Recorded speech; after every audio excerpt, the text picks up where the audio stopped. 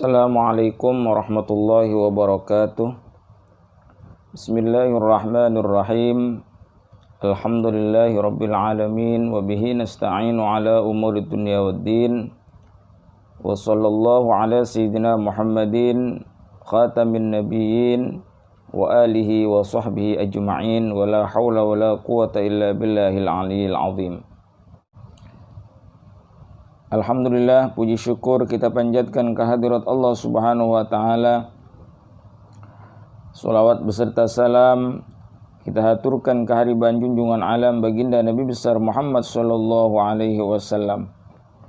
Semoga apa yang kita laksanakan pada pertemuan kali ini mendapatkan keridhaan dan keberkahan dari Allah Subhanahu wa taala, dan insyaallah menguatkan keimanan dan keislaman kita melalui senantiasa kita belajar, mengingat kembali pelajaran-pelajaran kita. Barangkali kita pernah belajar di majelis taklim, dulu kita pernah belajar di pengajian, pernah belajar kita di madrasah, ataupun di tempat-tempat yang lainnya. Kita akan mengingat kembali pelajaran-pelajaran tersebut, mudah-mudahan menguatkan keimanan dan keislaman kita dengan perantara ilmu yang senantiasa membimbing kita dalam beribadah, terutama dalam ilmu fikih, di dalam kitab Safinatun Najah yang insya Allah sangat ringkas dan mudah dimengerti oleh para pemula. Pertemuan yang kedua ini insya Allah kita akan membahas tentang Arkanul Islam, yaitu segala rukun Islam.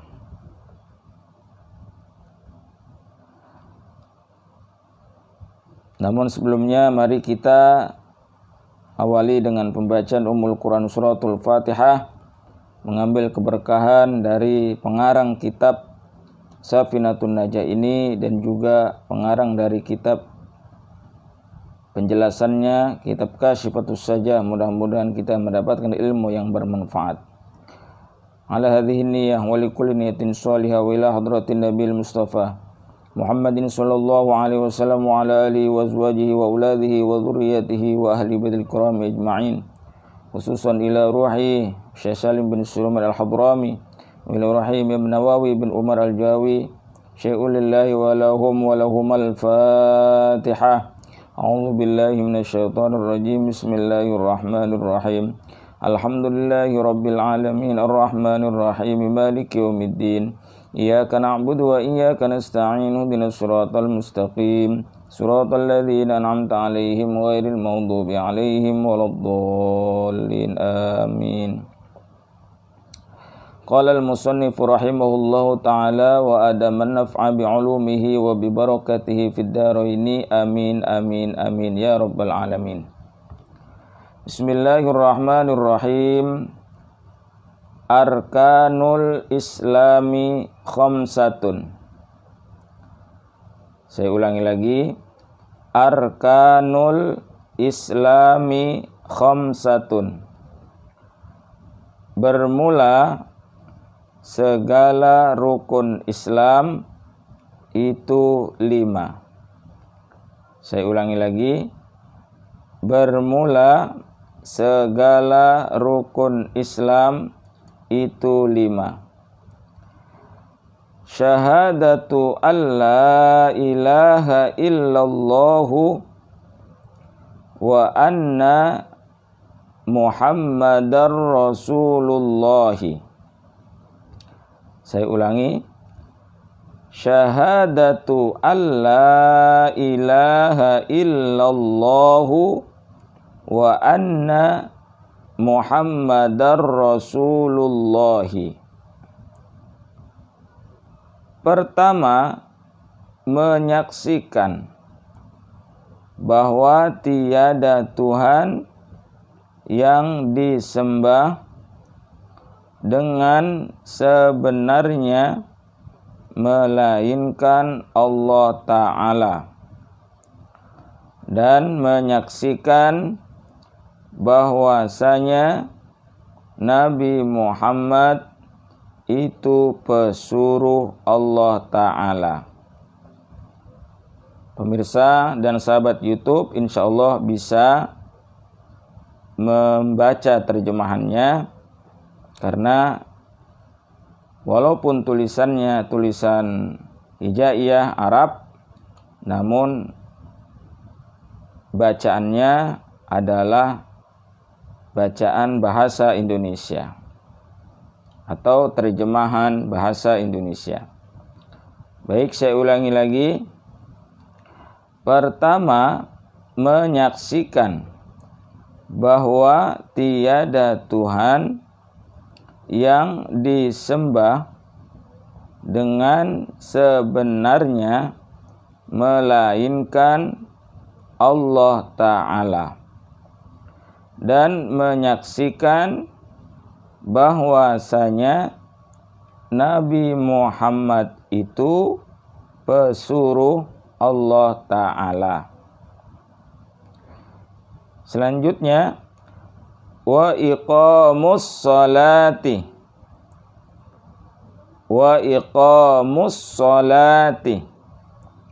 dan kedua, mendirikan sholat. Bisa diikuti di rumah para jamaah dan sahabat YouTube sekalian, ya, artinya dan kedua, mendirikan sholat. Wa ita'uz zakati,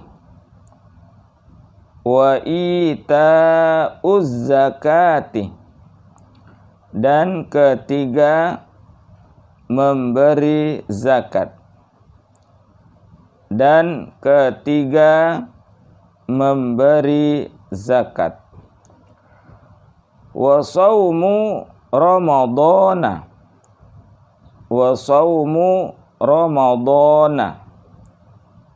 dan keempat, puasa bulan Ramadan.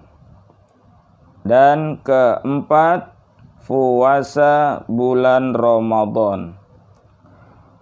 Wa hijjul baiti man istata'a ilaihi sabila. Wa hijjul baiti man istata'a ilaihi sabila. Dan kelima, pergi haji oleh orang yang kuasa kepadanya berjalan. Saya ulangi. Dan kelima, pergi haji oleh orang yang kuasa kepadanya berjalan. Alhamdulillah, itulah tadi kita sudah membaca matan atau ringkasan daripada kitab Safinatun Najah, terjemahan bahasa Indonesia yang ditulis dengan hijaiyah Arab. Para jamaah sahabat YouTube yang dirahmati Allah Subhanahu wa taala, itulah secara ringkas apa yang dimaksud dengan rukun Islam yang sudah kita baca tadi. Ya, bagi para jamaah dan sahabat YouTube yang ingin terus di channel ini untuk menyimak apa penjelasan dari yang kita baca tadi, maka insya Allah saya akan menjelaskannya di dalam kitab Kasyifatus Sajah secara mendetail atau secara rinci.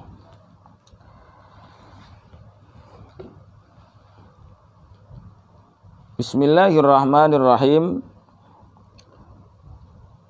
Arkanul Islami khamsatun. Ya. Arkanul Islami khamsatun. Bermula segala rukun Islam itu 5. Penjelasannya adalah Arkanul Islami khamsatun. Rukun-rukun Islam itu ada 5.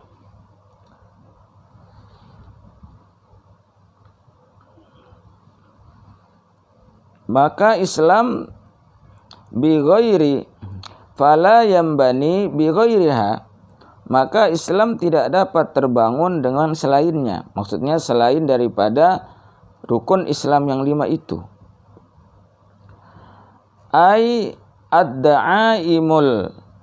ad-da'aimu wal asasu wal ajza'ul lati yutarok kabul Islamu minha khamsatun fala yakunu min ghairiha. Tegasnya adalah tiang-tiang penyangga atau asas-asas dan bagian-bagian yang agama Islam disusun darinya itu ada 5. Maka tidak ada dari selainnya. Artinya dari yang kita baca tadi, rukun Islam itu ada 5 dan Islam itu terbangun oleh tiang-tiang atau asas, ya, atau dasar-dasar dari yang 5 itu yang sudah kita baca tadi, dan tidak ada selainnya. Tidak ada yang selain dari yang 5 tadi itu. Ya. Qalal ya juriyul Islamu lughatan mutlaqul inqiyadi ay sawaun kana lil ahkami syar'iyyati aw li ghairiha. Telah berkata Syekh Al-Bajuri, Islam menurut bahasa, ya, lughatan secara bahasa, mutlaqul inqiyadi, yaitu kepatuhan secara mutlak. Ai sawaun, tegasnya sama saja,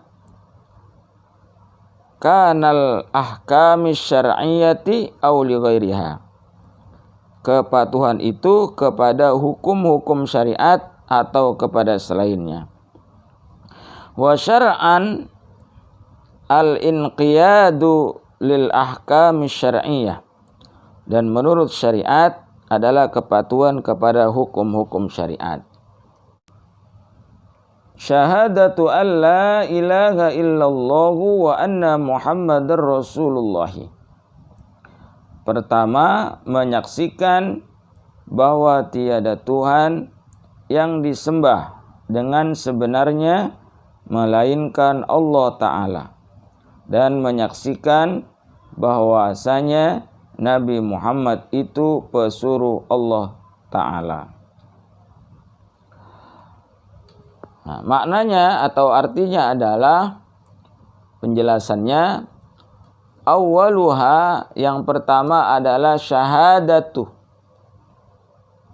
ay tayakkunu alla ilaha illallah, alla ilaha ay la ma'buda bihaqqin mawjudun illallah. Rukun yang pertama adalah syahadah, bersaksi.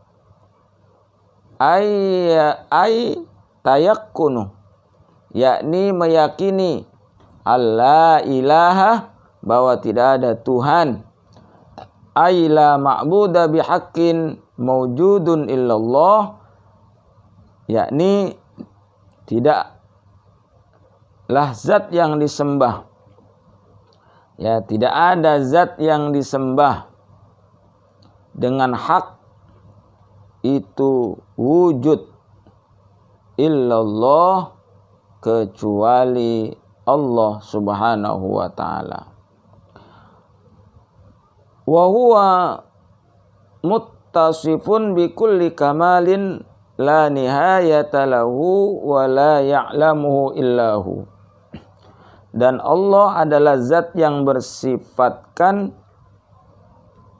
dengan segala kesempurnaan, bi kulli kamalin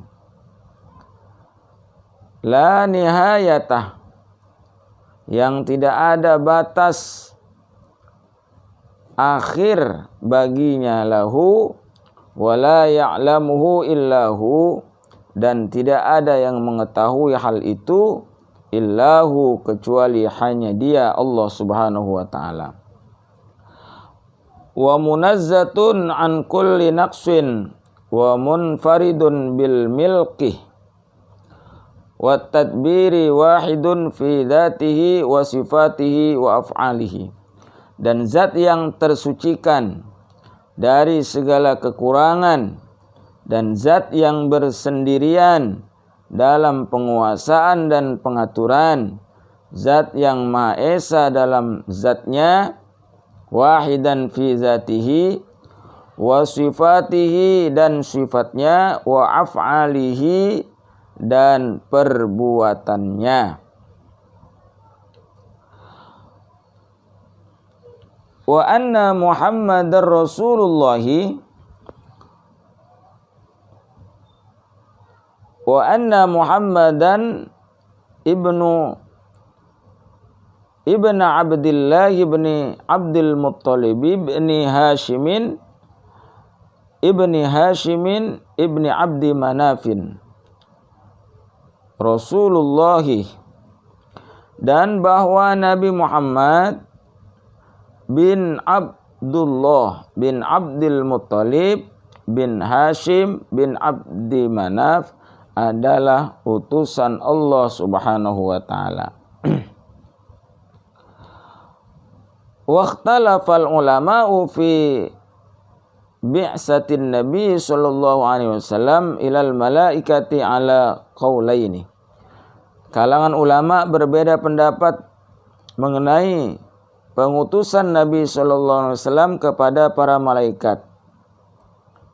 Ya, ala qaulaini, atas dua pendapat. Wa jazamal Halimiyu wal Baihaqi annahu lam yakun mab'usan ilaihim. Imam Al-Halimi dan Imam Al-Baihaqi mengukuhkan pendapat bahwasanya Nabi sallallahu alaihi wasallam tidak diutus kepada para malaikat. Itu menurut Imam Al-Halimi dan Imam Al-Baihaqi. Wa rajjaha as-Suyuti wa Syaikh Taqiyuddin as-Suki annahu kana mab'usan ilaihim. Dan Imam As-Suyuti dan Syekh Taqiyuddin As-Subki memastikan unggul pendapat bahwasanya Nabi sallallahu alaihi wasallam diutus kepada para malaikat. Itulah dua pendapat ya tentang apakah Nabi kita Muhammad sallallahu alaihi wasallam itu diutus kepada para malaikat atau tidak. Wa anna qauluhu sallallahu alaihi wasallam bu'istu ilan nasi kaffatan,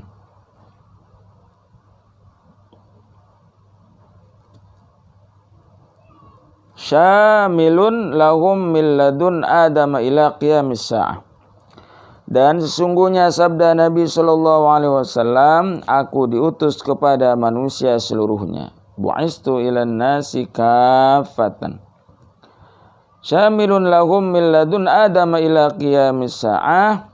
Hal itu mencakup kepada para manusia mulai dari Nabi Adam sampai direalisasikannya hari kiamat, sampai hari kiamat.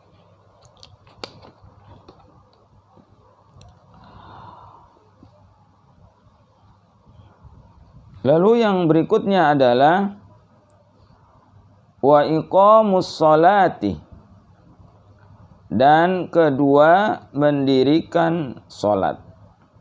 Penjelasannya adalah wasaniha, dan yang kedua, dan rukun yang kedua, iqamus sholati adalah mendirikan sholat.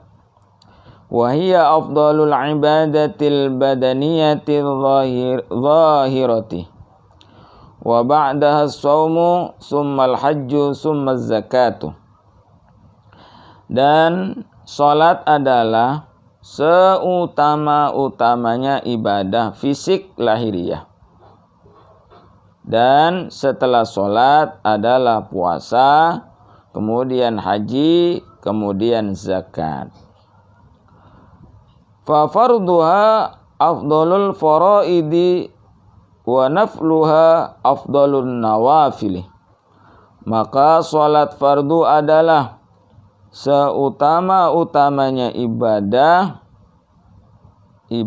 fardu. Seutamanya ibadah fardu. Afdalul faraidi.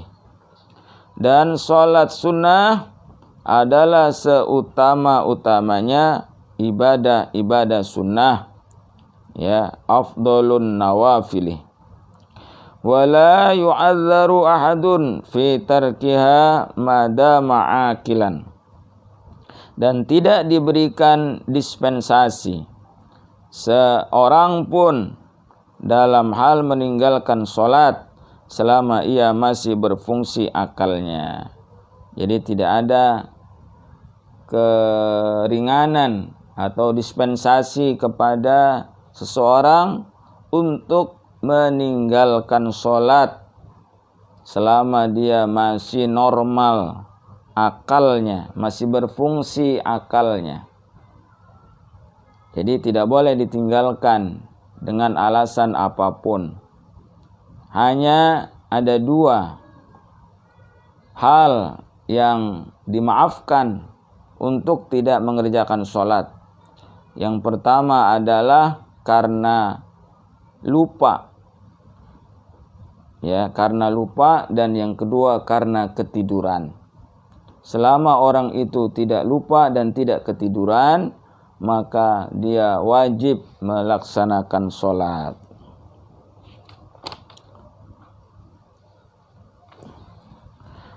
Selanjutnya adalah wa ita'uz zakati. Dan ketiga, memberi zakat. Ya. Wa salisuha ita'uz zakati, dan rukun Islam yang ketiga adalah menunaikan zakat. Ai i'ta'uha liman wujida minal mustahiqqina fawran idza tamakkana minal adai wujubat ta'mimi. Yakni memberikan zakat kepada orang yang didapati dari para mustahik, orang yang berhak menerima zakat, dengan segera apabila telah berpeluang leluasa untuk menunaikan secara kewajiban memeratakan. Wahum samaniyatu anwa'in, dan para mustahik itu ada 8 golongan. Al-awwalu faqirun, yang pertama adalah orang fakir. Apa itu orang fakir? Itu orang yang hidupnya tidak berkecukupan atau tidak cukup dalam memenuhi kebutuhan hidupnya. Sandang pangannya, ya, papannya, itu dia tidak cukup. Dan orang fakir itu adalah orang yang tidak mempunyai penghasilan, ya, tidak bekerja, ya, itu adalah orang fakir. Sudah tidak bekerja, kemudian tidak cukup pula kebutuhan hidupnya. Wasani miskinun, dan yang kedua adalah orang miskin. Jadi, siapa orang miskin itu? Adalah orang yang bekerja namun dari hasil pekerjaannya itu tidak mencukupi kebutuhan hidupnya. Itulah perbedaannya orang fakir dengan orang miskin. Kalau orang miskin tidak bekerja dan tidak cukup. Sedangkan kalau orang fakir, kalau orang miskin itu di samping dia tidak cukup, dia bekerja tapi dia tidak cukup. Ya. Nah, itu perbedaannya di situ.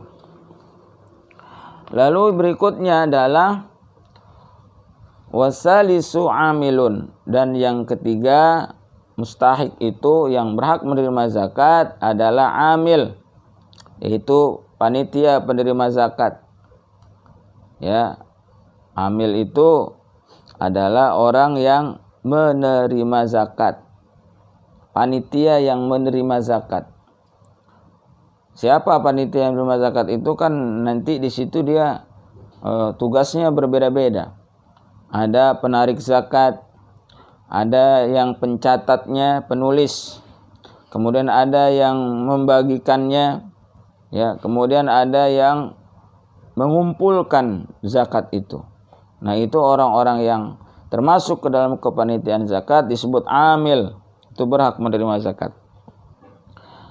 Ar-rabi'ul mu'allafatu.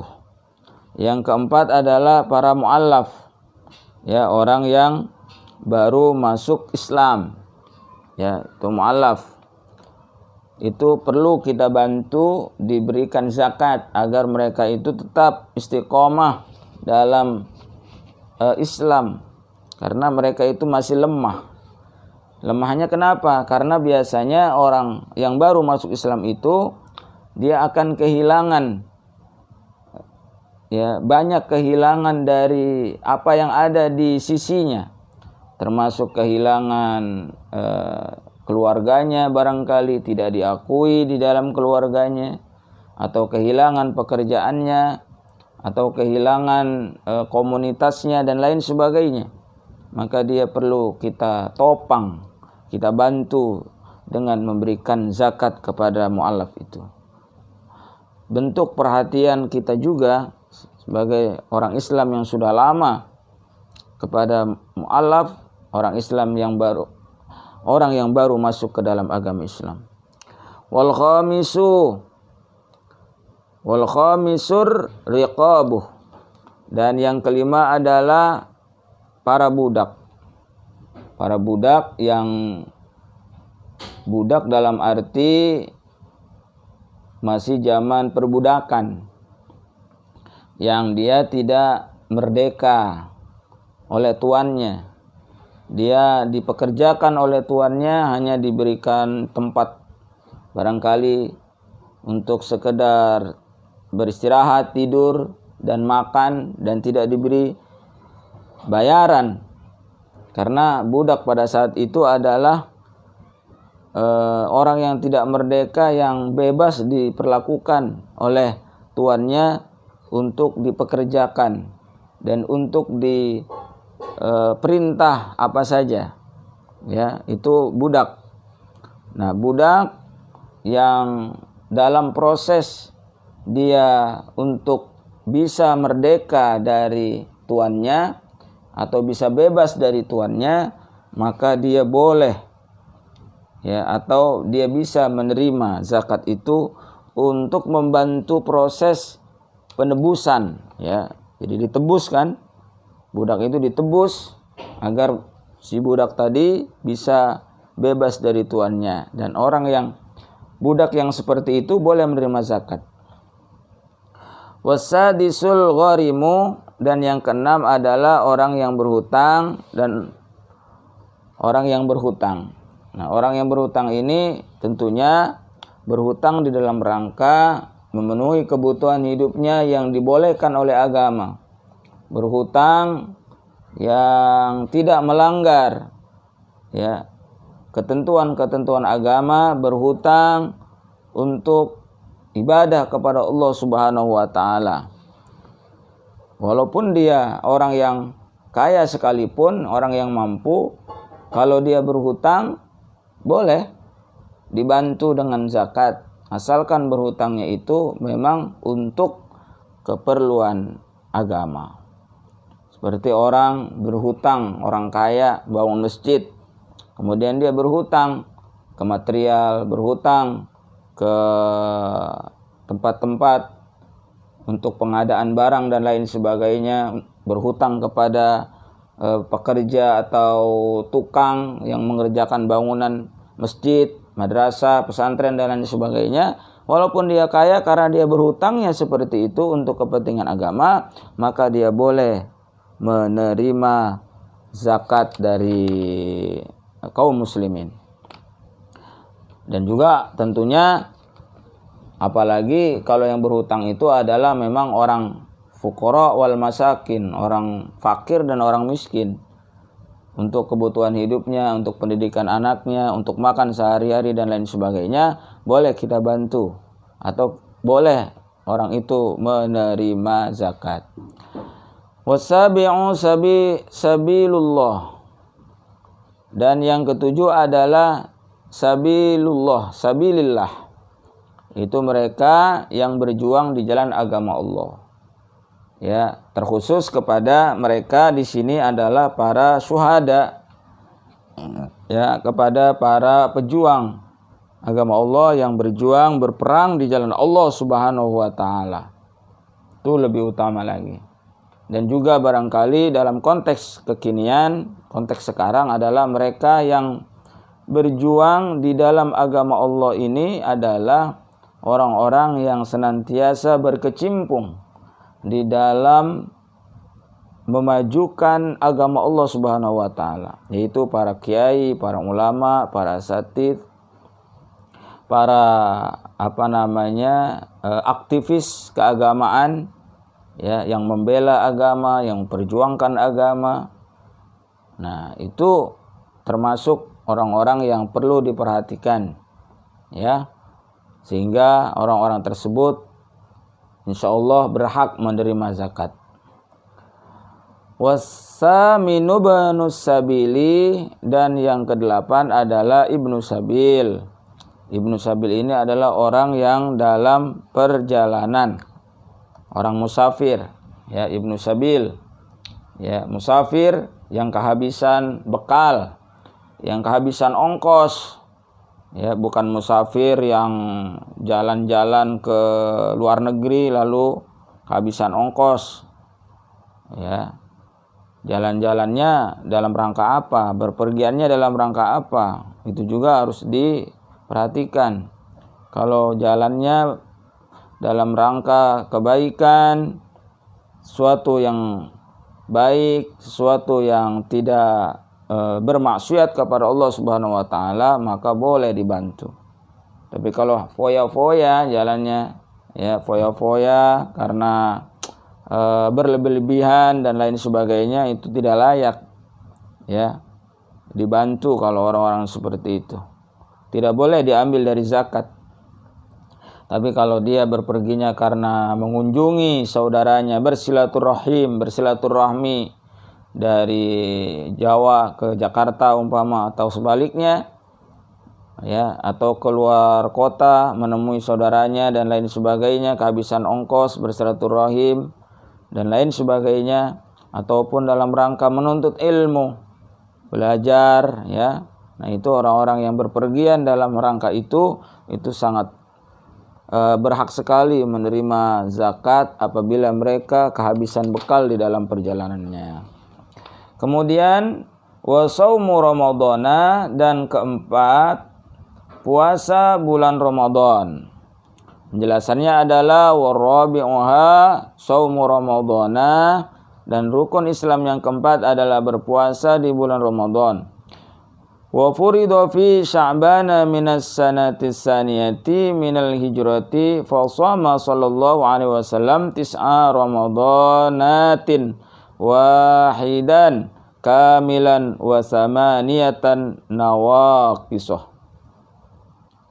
Dan puasa Ramadan diwajibkan pada bulan Sya'ban, ya, wa furida fi Sya'bana minas sanati, pada bulan Sya'ban di tahun kedua, ya, minas sanati tsaniyati, di bulan kedua, di tahun kedua dari hijrahnya Rasulullah Muhammad SAW, di bulan hijrah, ya.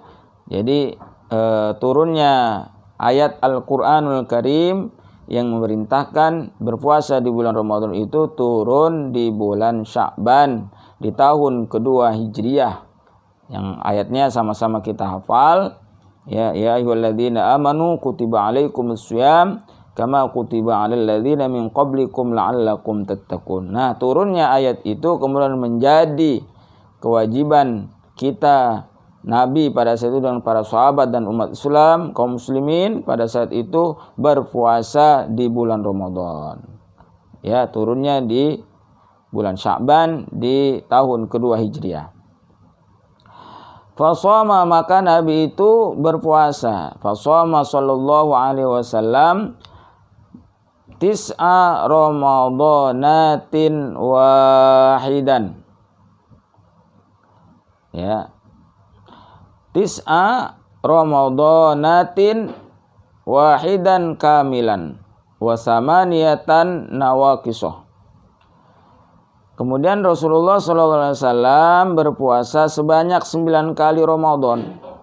Tis'a ramadhanatin, 9 kali Ramadan. Wahidan, ya, kamilan, dan 1 kali Ramadan secara sempurna. Genapnya adalah 30 hari dan 8 kali Ramadan secara kurang hanya 29 hari. Ya, jadi Nabi itu berpuasa Ramadan itu bertemu selama hidupnya Rasulullah itu 9 kali bertemu dengan Ramadan. Ya, 1 kali beliau Rasul berpuasa Ramadan itu kamilan. Ya, sempurna, bilangannya 30 hari dan 8 kali wasamaniyatan, dan 8 kali Ramadan. Rasulullah Shallallahu Alaihi Wasallam itu nawaqison, secara kurang, artinya tidak sempurna. Kalau tidak sempurna berarti hanya 29 hari. Jadi bilangan Ramadan itu dari semenjak zaman Rasulullah itu hanya menemukan Ramadan yang sempurna 30 hari itu cuma sekali doang. Hanya sekali saja. Sedangkan 8 kali beliau itu berpuasa di bulan Ramadan itu hanya 29 hari. Qala Utsmanu fi Tuhfadhul Habibi wa innama sumiya hadha asy-syahru bihadzal ismi li'annahu ma'khudun minar ramadih wa huwa al-ihraqu li mardid dhunubi fihi ay ihraqiha. Telah berkata Syekh Utsman di dalam kitab Tuhfatul Habib, sesungguhnya wa innama sumiya hadha syahru, sesungguhnya bulan ini dinamakan dengan nama Ramadan, karena sesungguhnya nama tersebut diambil dari kata romad, ya, li'annahu ma'khudun minar romad, ya, diambil dari kata romad yang artinya adalah penghangusan atau pembakaran. Wa wal ihrafu li ramdidz dzunubi fihi, karena dihanguskannya, karena dibakarnya dosa-dosa di bulan itu. Ai ihraqiha, tegasnya yaitu dibakarnya dosa-dosa. Ai ihraqiha, dibakarnya dosa-dosa. Jadi itulah kenapa Ramadan itu kenapa bulan itu dinamakan Ramadan? Ya, karena itu selama 30 hari, ya, dosa-dosa kita itu dihanguskan, dibakar, dilebur. Mohon ampun kepada Allah Subhanahu wa taala. Qala Ahmadul Muqri fil Misbahi wa Ramadanus musyahri qila sumiya bidzalika li'anna wad'ahu wa fiqur ramda wa huwa shiddatul harri wa jam'uhu Ramadanatun wa armidau. Telah berkata Syekh Ahmad Al-Mukri di dalam kitab Al-Misbah, Ramadan adalah nama bulan. Dikatakan oleh satu pendapat dinamakan bulan Ramadan dengan nama tersebut karena sungguhnya terletak bulan tersebut bertepatan dengan keadaan terik panas, yaitu sangat panas. Ya, terik panas dan sangat panas. Nah, jadi sama saja. Jadi Ramadan itu artinya adalah bulan pembakaran. Ya, karena memang juga kenyataannya di bulan Ramadan itu terik, ya. Panas. Fal umumu kaful batni wal farji an qada'is syahwat. Adapun puasa, nah di sini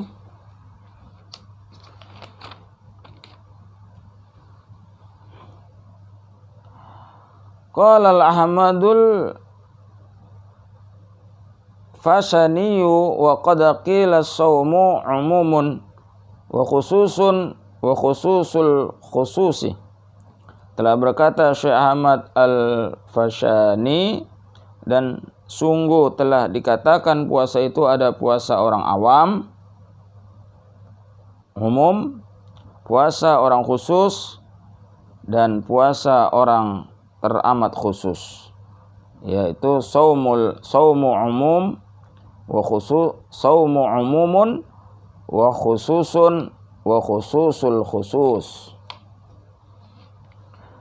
Nah, di sini penjelasannya, fal umumu kaful batni wal farji an qada'is syahwati. Adapun puasa orang umum adalah mengekang perut dan kelamin dari penunaian kehendak nafsu syahwat. Wal khususu huwa kaffu sam'i wal basari wal lisani wal yadi wal rijli wa sairil jawarihi anil asami. Dan puasa orang khusus adalah mengekang pendengaran, ya, sam'i, wal basari, penglihatan, wal lisani, lidah, wal yadi, tangan, war rijli, kaki, wasairil jawarihi, dan seluruh anggota, anil asami, dari berbagai perbuatan dosa. Itu puasanya orang khusus. Terus makna wa khususul khususi sarful qalbi anil himamid dani'ati wa kaffuhu amma siwai Allah bil kuliyati. Dan puasa orang teramat khusus adalah memalingkan hati dari berbagai keinginan yang rendah dan menjauhkan hati dari segala sesuatu selain Allah secara total, bil kuliyati, secara total. Jadi di samping tadi panca indera, kalau orang yang khususul khusus itu juga memalingkan hatinya, artinya hatinya juga puasa, ya. Nah, jadi kalau orang umum itu hanya menahan lapar, haus, dan menjaga kelamin, ya, tidak berhubungan, tuh puasanya orang awam. Puasanya orang khusus menjaga semua panca inderanya, pendengaran, penglihatan, lisan, tangan, kaki, ya. Nah, orang yang khususul khusus itu lebih lagi, yaitu ditambah dengan dia memalingkan hatinya dari suatu yang rendah, ya, kecuali hatinya itu selalu mengingat Allah Subhanahu wa ta'ala.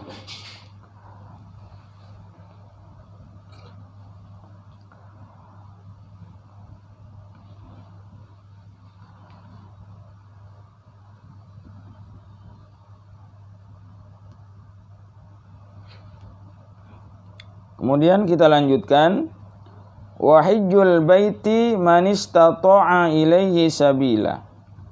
Dan kelima, pergi haji oleh orang yang kuasa kepadanya berjalan.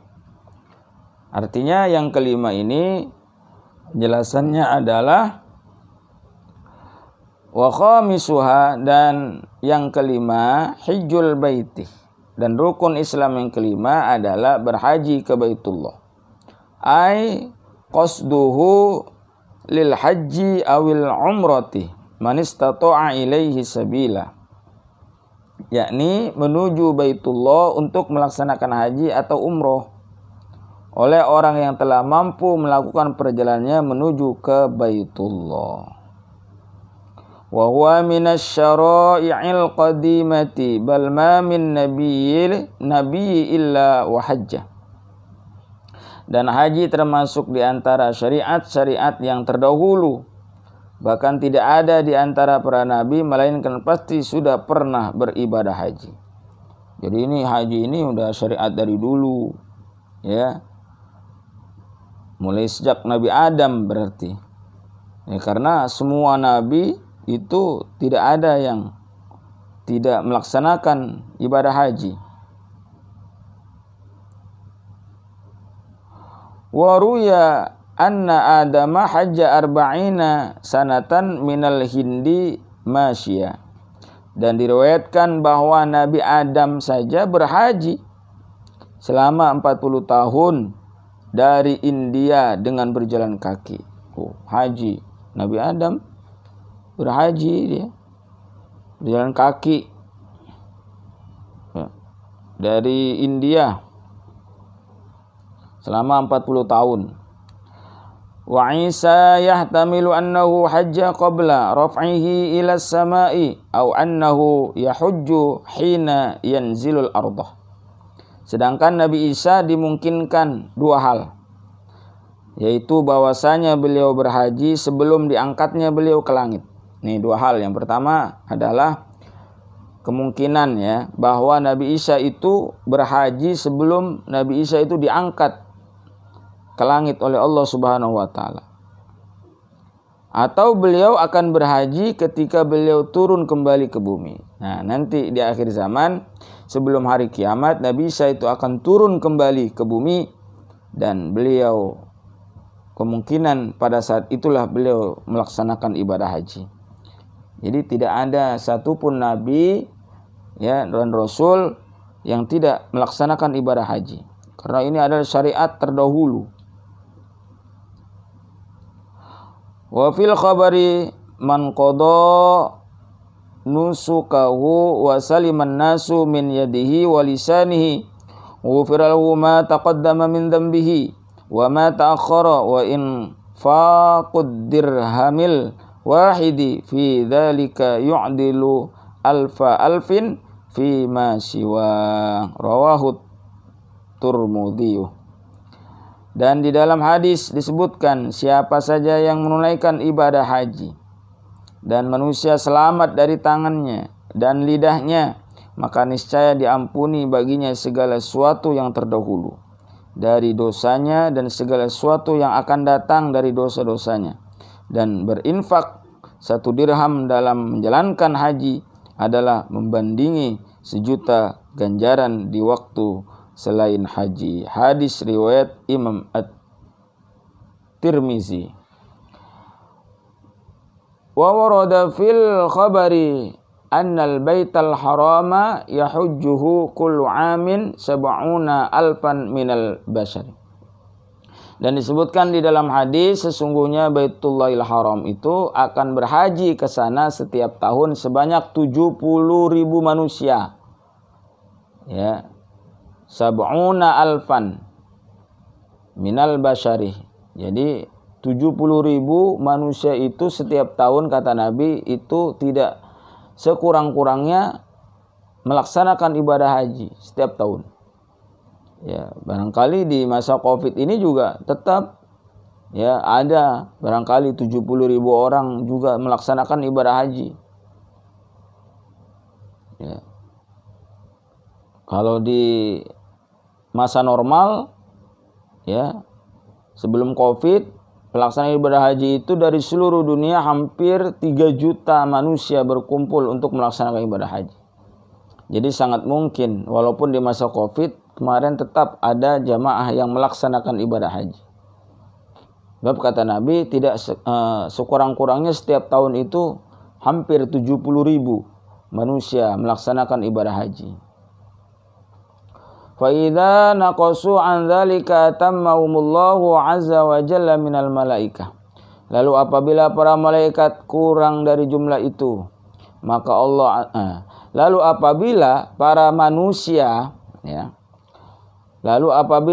manusia fa idza naqasu an dzalika atammahumullahu azza wa jalla minal malaikah. Lalu apabila para manusia kurang dari jumlah itu, maka Allah azza wa jalla menyempurnakan mereka dengan para malaikat. Jadi kalau kurang dari 70.000, ya dari 70.000 itu Allah utus malaikat untuk melaksanakan ibadah haji. Wa idza zadu ala dzalika yaf'alullahu ma yurid, dan apabila berlebih para manusia dari jumlah tersebut, maka Allah Maha berbuat apapun yang Dia kehendaki. Artinya berarti memang jadi tidak 70.000 saja, tapi lebih daripada 70.000. Kenyataannya ya, jamaah haji itu dari Indonesia saja itu 250.000. 250.000 itu udah melebihi 70.000 kan apa yang disabdakan oleh Nabi. Jadi kalau berlebih dari jumlah itu adalah merupakan kehendak Allah Subhanahu wa taala.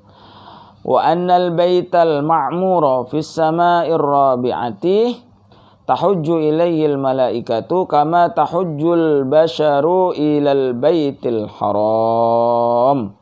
Dan sesungguhnya wa annal baital ma'mur, dan bahwasanya baitul ma'mur fis samai, di langit, fis sama'ir rabi'ati, di langit yang keempat, fis sama'ir rabi'ati, di langit yang keempat, tahujju ilaihil malaikatu,